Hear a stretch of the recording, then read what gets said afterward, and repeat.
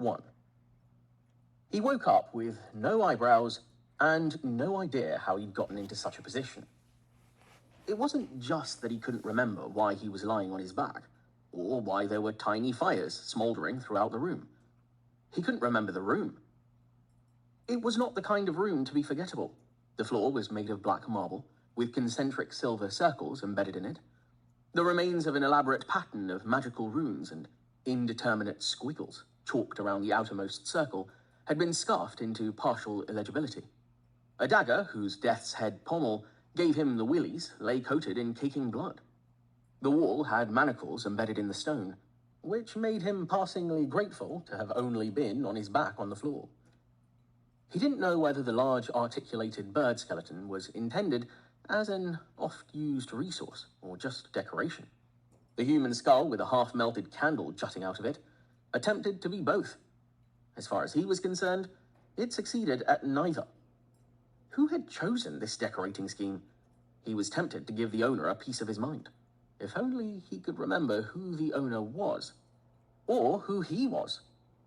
The realization did not so much hit him as politely tap him on the shoulder, having waited patiently for him to stop being distracted by the mess. He lost his breath at the thought. How could you forget who you were? If you had forgotten, how could you fail to notice that simple fact? But then, how often did you think about it? He couldn't remember when he last informed himself of his own name. But then, he couldn't remember much of anything. He would have to ask the next person he saw. Someone knocked on the door. He immediately abandoned any resolutions of asking anyone anything. He was the only person left in the ruined workshop of someone who kept human skulls as decor. And things were on fire. He did not want the sinister owner of this room to come back and blame it all on him. If he stayed very still, maybe they would go away? Very slowly, and with great deliberation, the bird skeleton collapsed. He had enough time to see it start to fall, and feel his stomach plummet with it. He had nowhere near enough time to catch it, although he tried.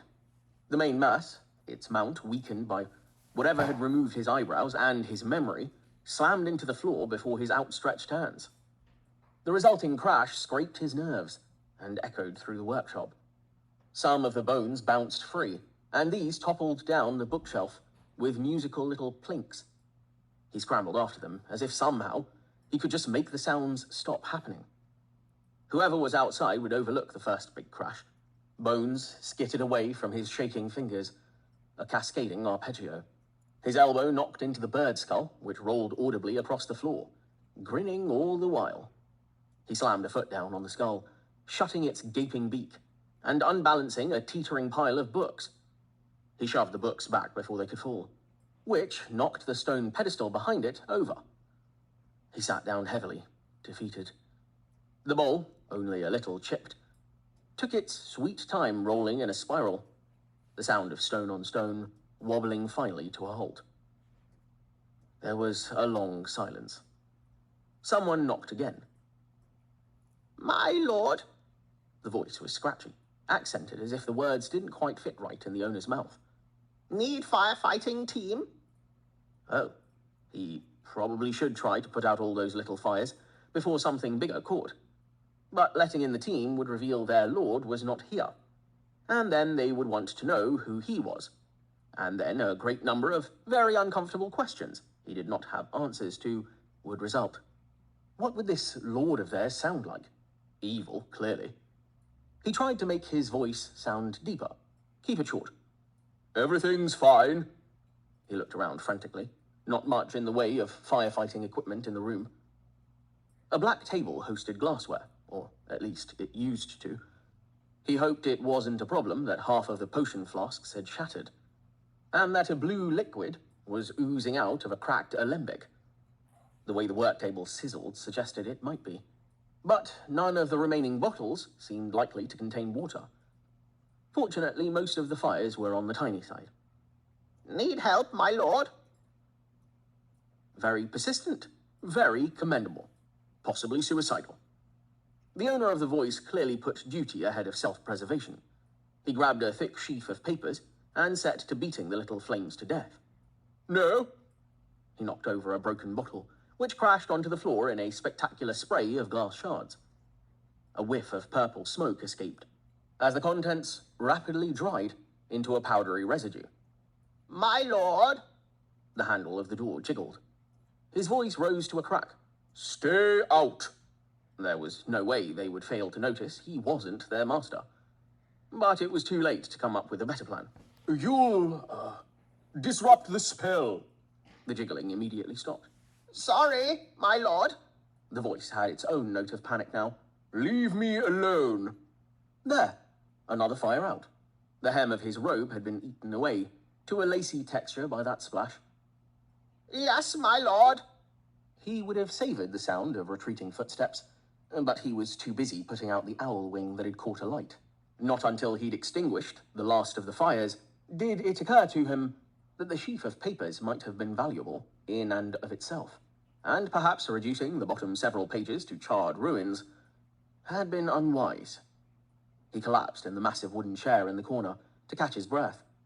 It was a monster of a thing, a dark wood nightmare that had to weigh a ton. Sultry carved women peered through hair that barely hid their nakedness. One licked an apple in her hand with a long forked tongue. He stared at it, fascinated and vaguely disgusted, and all too distracted from the real issues he needed to be considering. So, this was shock. It seemed terribly inconvenient that the brain's reaction to being placed in mortal jeopardy was to become much stupider. Focus. Who was he? He was dressed in black velvet, which fell all the way to the floor except for the new holes. Expensive. Soft shoes. Nothing meant for tromping around outside. A belt made of small silver panels linked together, which felt rather like it had been made several years' worth of beer and cake earlier. The sleeves were a lost cause, shredded and singed, the remnants trailing impractically. It all gave him a rather sinking feeling in the pit of his stomach. An enormous mirror, as wide as his outstretched arms and half his height, loomed from an ornate stand bolted to the floor, a couple of inches away from the wall.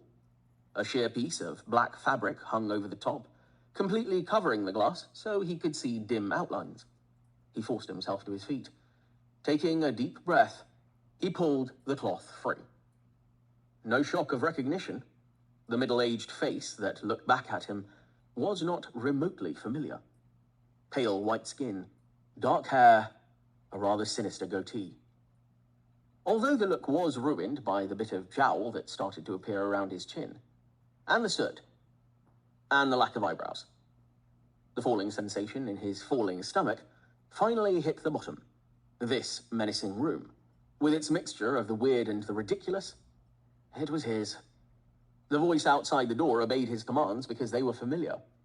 There was only one kind of person who would have such a room, who would dress in such a way. He was a dark wizard. He half expected some kind of acknowledgement of the realization, a roll of thunder, the croak of a crow, but there was nothing. He stared at his reflection, feeling increasingly ridiculous. He turned up his palms, willed them to crackle with electricity, or fill with fire, or, well, something. Nothing. The mirror itself, though, filled him with a sense of unease that did not dissipate until he had draped the fabric back over it. The fabric had two sides, he noticed. One side was translucent, allowing shapes to be discerned. The reverse, on the other hand, was somehow completely opaque. He wasn't sure how he knew, but something told him to make sure the opaque side faced the mirror. So, a wizard. It gave him something more to work with, but the lack of name itched at him. The desk was awash in singed papers and cut crystals, stoppered bottles and small wooden chests, all sprinkled with shards of broken glass. He'd have to sift through it. Surely there'd be some kind of clue. He grabbed a handful of papers. He had a moment of fear that he would have forgotten how to read. How did he know he knew how to read? But the words looked perfectly familiar. They were spell notes, diagrams, and explanations. As he read them, meaning flooded back. He paused for a moment, staring at his hand. It wasn't enough to just will the flame. He needed to picture the diagram, and anchor to another object, and give that odd little twist in his mind. A dried rose, part of an incongruous bouquet, shoved in a dusty bottle in the corner, crumbled to ash as a little ball of fire appeared in the middle of his cupped palm. He stared at it until it burned its way through the fuel he'd given it, and then winked out. He crumpled his face into his hands and nearly wept. He still remembered something. He wasn't totally powerless. He had magic. Or some of it, at least. The simple things. The complex workings, though, eluded him. He could feel the shadowy architecture in his mind, as if he'd stepped into a darkened cathedral with only a single candle for light. The soaring buttresses were more felt than seen. They were still there, just waiting for enough light to be revealed. What else was here? He started opening the little boxes at random. 3 teeth, small enough to be a human child's, with too much root left to have fallen out on their own. A pile of black pellets, which he only realized were fumets after he'd poked them a bit with a finger and then pulled back in disgust. A button, a tiny golden key, the stub of a candle, the skull of a mouse, and an ornately carved black rock that nearly hummed with malice. 2 of the boxes were carefully sealed shut with wax. He couldn't remember what was in them, but he knew better than to disturb them. It was too much to have written notes to himself, it seemed. He resolved to write such notes to his future self. Then he realized how very damaging it could be if found by an enemy. Did he have enemies? Surely most dark wizards must have enemies. That was probably why he was in this situation in the first place. He leaned back and looked at the room around him. Papers everywhere. Books, sheaves tied with dusty black and red ribbons, loose piles. It would take him a year or more to read it all. He wasn't sure he had a year. Eventually, he was going to need to leave this room, and then someone was going to notice his predicament. What would they do when they learned the truth? Well, at the very least, he could try to burn them to death. He found the thought both comforting and not comforting at all. He spotted a jar half buried under shrapnel and bird bones at the back of the desk, and felt his heart leap with excitement. Why? Somehow he'd been looking for this. It was part of the routine. The jar was unlabeled, of course. He took a breath and unscrewed the lid. Inside crawled a nest of furry black caterpillars. They twisted and crawled over each other in a revolting manner. He felt vaguely nauseated. There was something very wrong with them. As he looked closer, he realized they had no feet, nor even really bodies. They were more just a stripe of hair.